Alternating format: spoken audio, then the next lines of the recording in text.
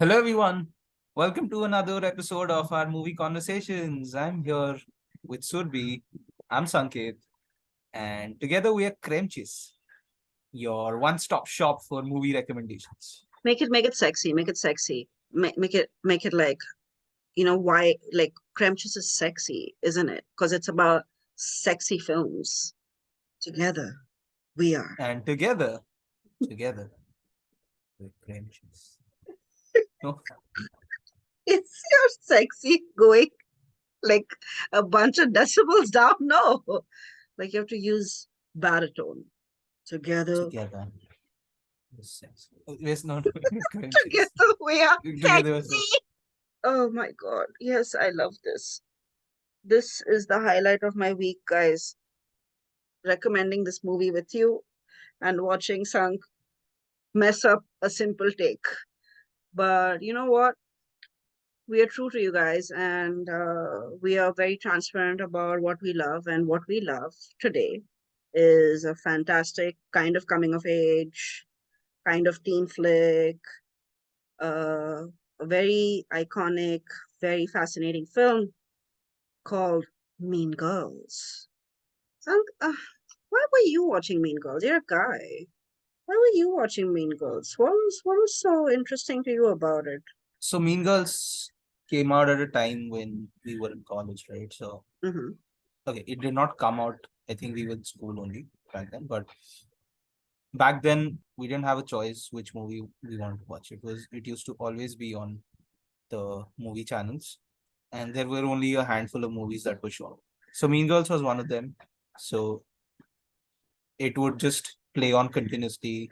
The night 9 p.m. movie would come out on in the morning 10 a.m. So it would always be on.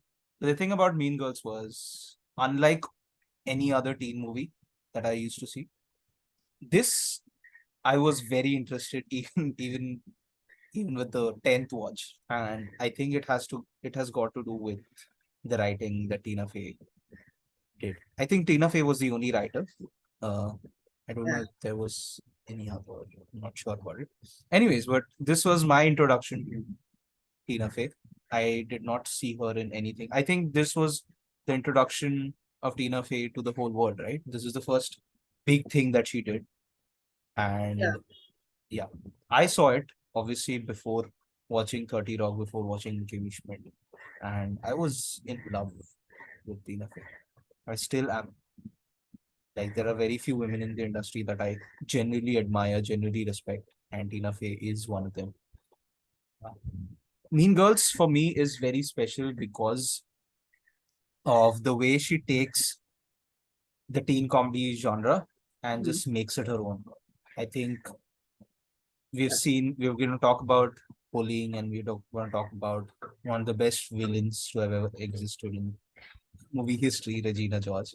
But even like, what I mean is that the way she wrote these characters, the way she wrote the good characters, the bad characters, they are dealing with today issues. They are dealing with teen issues. But is the way that she is written, it feels very mature. Mhm. No, I see why. I guess for the most part, I think Mean Girls is in some way or the other somebody's somebody's teenage collection of movies, right? Because it did exist in a time when the movies were about, the guy falling in love, or the guy getting the girl, the run through the airport, and this wasn't about any of those things.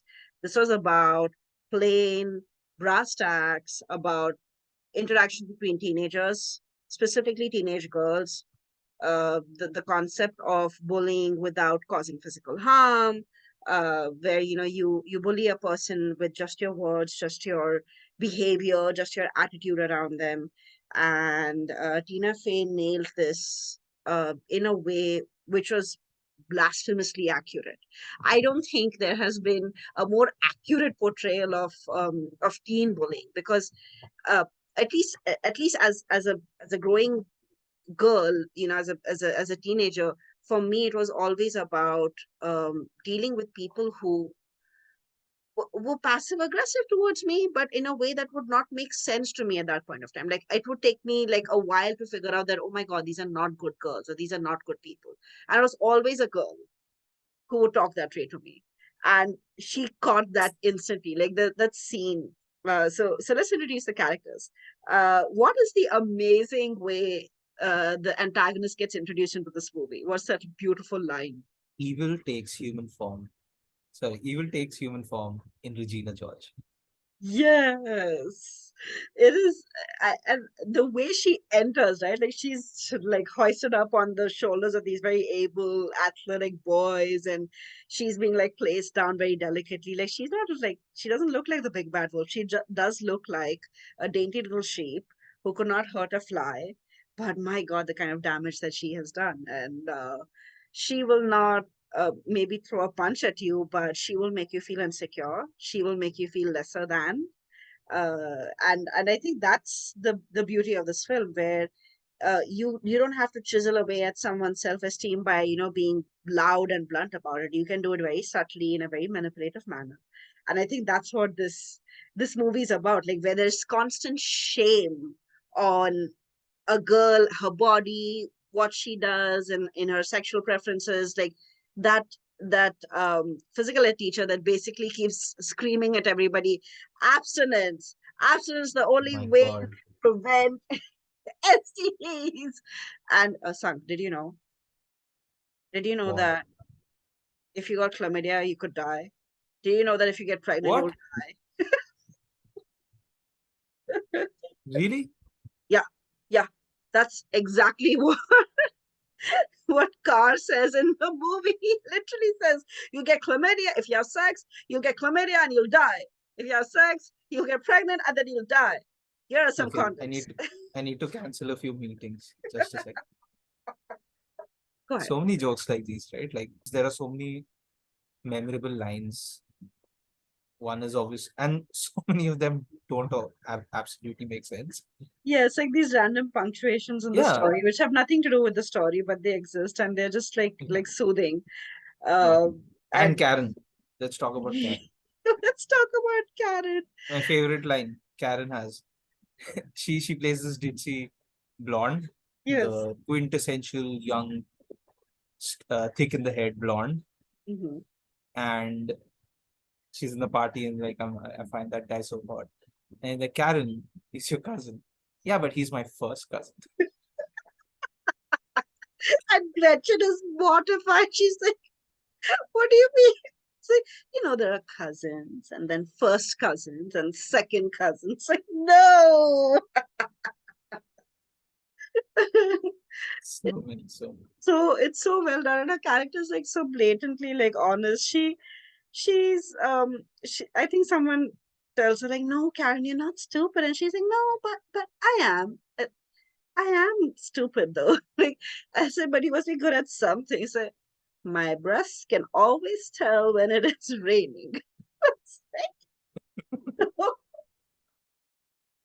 It's so cute, and it is so, and in spite of how like racy that line is, like when you see her say it, it is so sweet and innocent. Like she genuinely believes that that's a talent that will like get her somewhere in the future, and it's so cute. And even like I think the whole setup of these characters is to show us that there are all kinds of teenagers, because in most movies you'll see like there's the the protagonist, the obvious heroine, and then there is the sidekicks, and the sidekicks don't really have a character established in any way whatsoever. They exist to be witty and give some comic relief, but they're not actually there setting up storylines. And Karen has a really, really cute little storyline, which is about her and her discovery of her self worth, which is really awesome. So many different characters. There are Asian geeks and there are Asian people to talk to other people. And the way they are like categorized and the way they talk to each other. And I think even what you might call it, what's his name? Kevin Napur, the captain for Yes, athletes. He, yes. That's yes. a very, very real Indian song. Yes. For anyone Napur who's with a not, silent G. My God. yes, yes. I think there's some weight in the way he's introduced. Like he's introduced as a mathlete, but he's not just a mathlete. He's not just your average math nerd. He like goes around and raps, and he only dates color women of color. And there is so there is I think a moment where he immediately, like the way he introduces himself to Lindsay's characters. If we had a girl on our team, we would get a lot more funding. Like it's not even like are you good at math? Like, oh, you're average at math, that's fine, as long as like you bring us funding. We need jackets. And At they least get he's honest about it. yeah, they get these Leatherman jackets, and I guess in the end as well, right, to show their coolness as the champion athletes. But yeah, there's a lot of And to beauty think to the that, way. Mhm. Regina George, when Lindsay Lohan tells her that she's gonna join the mathletes, mathlete people, she tells them that it's career suicide. Social No, suicide. social suicide. Social suicide. It's not career suicide. It'll Uh, definitely take her out. obviously,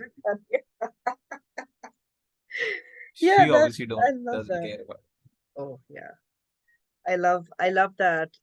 A lot of different cliques say that to her, not just Regina George. Like there's another bunch of people who say, no, no, no, that's social skill. And they say that in front of the math teacher, who is played by Tina Fey as well. And she kind of plays like the mediator, which is a lot of fun to watch. There's this really cool interactive session she has with all the girls when some kind of chaotic episode like Let's Lose. And all of this happens because of a very fascinating, very interesting antagonist, a very iconic villain, which I have not seen repeated in a very long time. Sank, name your iconic villains. Tell me about something that like makes you shudder no as soon as you hear their name. it. I'm just gonna say it. Apart from Regina George, there's only Heath Ledger and Hannibal Lecter. Like, okay, forget Heath Ledger. Like, he doesn't.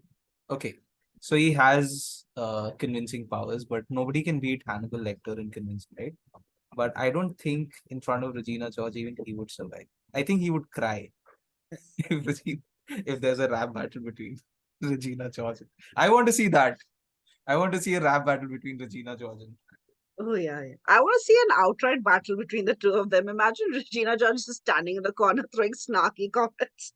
The yeah. guys and his general like self-esteem just depleting, because guess what? Regina George is the solution to it, because it just Yes. needed to. Oh yes. I imagine like Hannibal Lecter, uh, how would she diss? Like, oh, you're gonna eat that? You're gonna eat that, man? You know how many calories that'll give you, and that'll make that'll make Hannibal Lecter stop being a cannibal. Yeah. Or imagine Hannibal Lecter going, I'm curvy and I like it.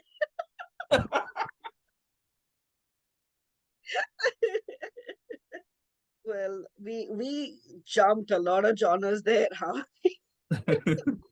Shout out to my man Joey, who's ah, curvy and who likes it.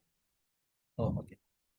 Um, but yes, Regina George is definitely she's a one of a kind villain. She does not have cool explosions, like the Joker. She does not have, the smoothness or the suaveness of Hannibal Lecter. But my God, is she the queen of passive aggressiva? She is so good at manipulating. She is so good at being your everyday villain, because I have met girls like that.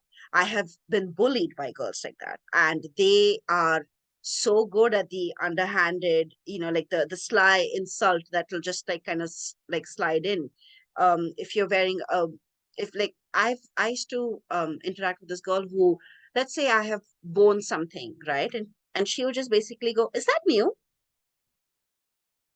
Interesting. I didn't think you could pull off that color. Interesting.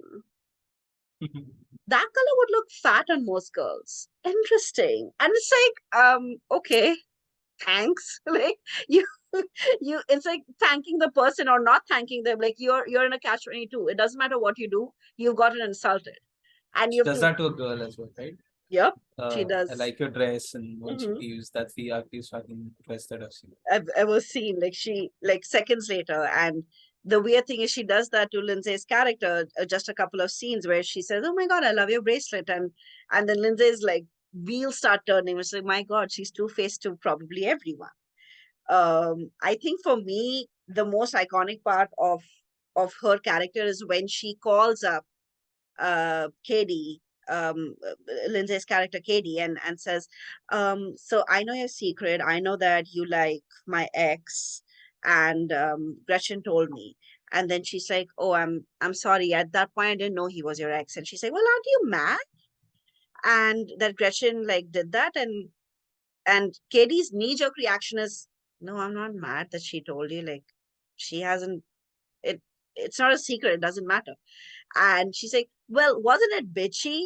And because she's trying to, like, she has an agenda, so she has to get along with Regina George. She's like, "Yeah, that was bitchy of her." And she reveals immediately that Gretchen is on a conference call with her and kind of sabotages her like Mm. immediately. Like, "See, I told you she wouldn't be mad." And it's like, "Did you just call me bitchy?" And then they end the call. It's so, I think that is, oh my God, I have spent a lot of teen years, even some adult years, with girls and women like these who have, there's a hypocrisy where there is a need to pretend to have a sisterhood, but at the same time, there's also a need to like tear each other down, and God knows why. God knows We've why. seen, and it's not like we haven't seen bullying, right? We've seen Yes. bullying in teen movies. We've seen that in Carrie. We've Hmm. seen that in Scream. Yes. But the thing is, the thing about these teen bullies is that by the end they realize something about themselves. There's like an intervention that happens or something of Mhm. that sort. But Regina George is non-salvageable. Yes. Yes. She, she there's no coming back for her. Yeah. There's Like no you, redemption for even if even if she's a teenager, you really want bad things to happen. him. Yeah. Like she does every single thing, right? Stealing Yeah. friends' boyfriends, Mm-hmm. demeaning her friends, whatever Mm-hmm. friends, minions, whatever you want to call it. Mm-hmm. Like the fetch dialogue, Mm-hmm. where Gretchen, so whenever she likes something, she says, "This is so fetch," and you guys are so fetch. And at one point, Regina just snaps, like, "Gretchen, stop making stop making fetch happen. It's not going to happen." And there's, it's so well delivered, that line. Where it's like an unnecessary snap. It's just a word. Leave it be. Like, no, I won't. And said, "Why do you keep trying?" I said, "It's slang from England." Like, she's trying to even justify the use of a word which is in no way offensive. Is not going to take up any of anyone's time. But my God, that scene is so well made. And speaking of It's Regina Hall, what about her maker? What about, Regina George. Can you say Regina George? didn't I I'm say tired Regina of Hall? adding it in editing where you fuck up Don't people's add in names. editing. Let people know that I am a human being and I make mistakes. My God, why are you being such a mean girl? I hate it. But yes, you are doing this to me. Everybody, Whatever, Glen anyone Coco. who's listening, Sank bullies me Fine, every you go, day. Glen Coco. Sank bullies me every day, and he thinks that it is funny, and he doesn't realize he's chipping away at my self-esteem. Yes, this is not as much of a podcast as it is an SOS call. I would blink if my video show. Yeah, this is the exact reason why we don't show our witness. Yeah, because, and I don't know Morse code, so we're all screwed. Okay, fine. We're over time, but I think it'll be a crime if we don't mention Amy Poehler because Absolutely. she's not a regular mom. She's a cool mom. Okay, Mhm. She is, I've met those moms. really. I have, yes, I have met those moms who go about like they have like these sleepovers and these parties where said, oh, I'm chill with anything. If you guys want to drink, that's fine. Like, like we were drinking by your age, and like I'm not a hypocrite, and they're always like reiterating that they're not a hypocrite. It is baffling to me. And and the weird thing is the cool parents, it would take like a couple of years to realize that the cool parents were the ones that were very like candid and would like talk about anything and were very easy to like share secrets with. And the parents that were trying to be cool were trying so hard to be young and one with the teenagers, that it showed, like the desperation showed. So the kids kind of took advantage of them, and they like they went overboard with a lot of stuff, and then those school parents like got into trouble. They didn't show that in this movie, but Amy Poehler's character was so desperate to be young. Like, remember the jingle rock dance where she's like in the audience and she's like trying to Oh, it's like she's taught them that sluttiest yeah, dance ever. yeah. And every parent in the audience is feeling like squeamish about it, except her. What about our younger daughter? Oh yeah, she's dancing to milkshake. Milkshake brings on the poison. Yeah, they're like okay. We don't want copyright Yeah, because I sing well, and this will get us copyright. I should sing it because I'm tone deaf. If you sing, we don't get copyright. It's that one. It's that far off from the original. Yeah, it's like YouTube is the yeah, I don't know what this is for. Maybe they composed too. It's okay. This is an uncover of the song. We should do that. We should have uncovers of songs with me and my tone deaf singing. I would love that. But So, yeah, the I think the Regina George situation with with her mother, like it's very obvious. Like when she hugs Katie for the first time, Katie like winces because she's gotten like implants that has made her chest feel like rocks. She is very immediately and mentions, oh, very cool, I'm very cool. it's like uh Amanda Seyfried's character has warned her, right? Like, please Yeah, compliment her, compliment her breasts yeah. because they are very hard. They feel like rocks. And it's like very fascinating.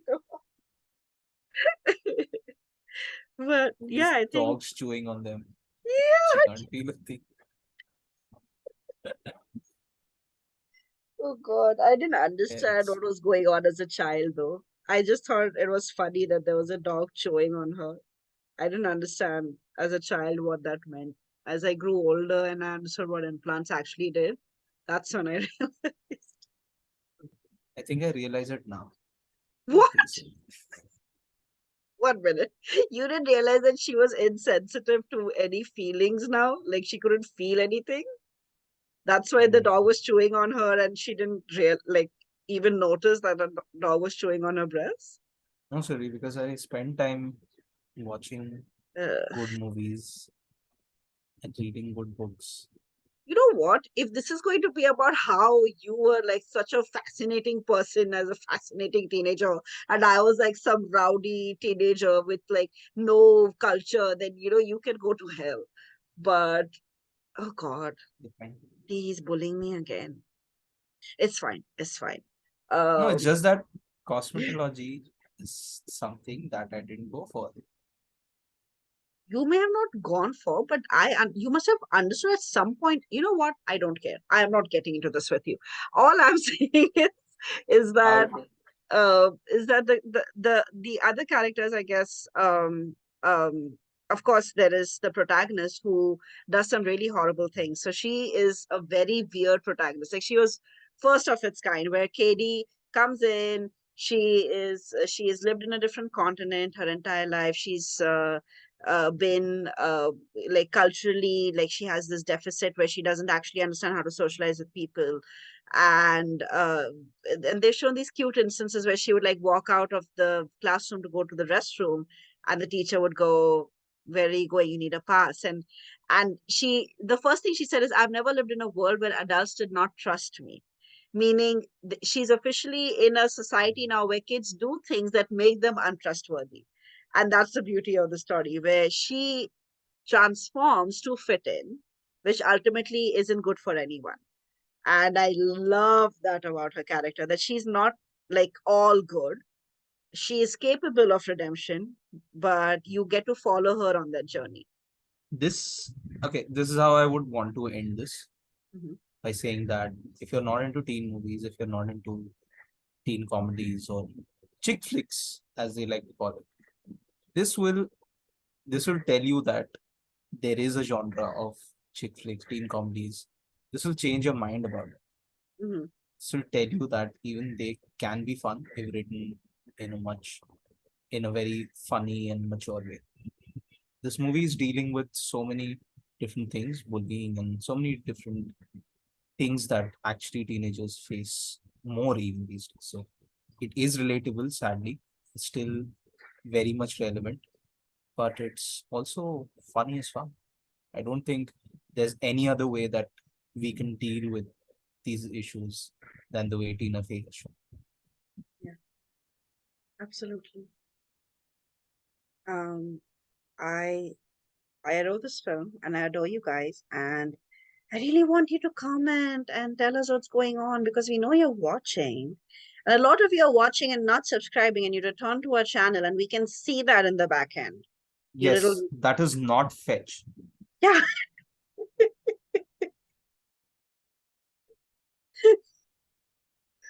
sunk. Make fetch happen. It works. Yes. If they don't subscribe, I will make fetch happen. Yeah, we will have a sub channel where we discuss things that are fetch. But I just want to say that please like, please share, please subscribe. Please tell us what's going on in your wonderful minds. If you watch this movie, rewatch it as an adult. Tell us if you've had experiences with bullies, and maybe we will do something on that theme. I don't know. And if you've not watched it, please have a watch. Please let us know what you think about it. Let us know if you agree with our feelings. We have so many feelings we want to share with you. So like, share, subscribe, and we love you. We love you. Bye. Bye.